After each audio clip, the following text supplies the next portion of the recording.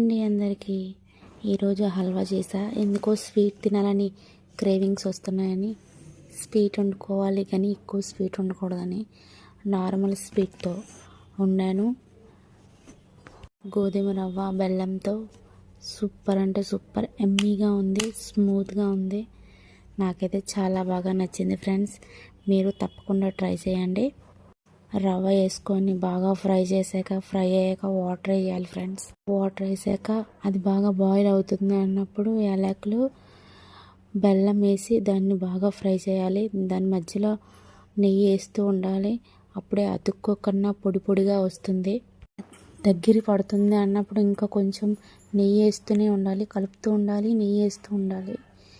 అది లాస్ట్లో అయిపోతుంది అన్నప్పుడు మంచి స్మెల్ వస్తుంది. ఆ స్మెల్కి మనకు అర్థమైపోతుంది ఇది అయిపోయిందని. తింటే మాత్రం సూపర్ అంటే సూపర్గా ఉంటుంది.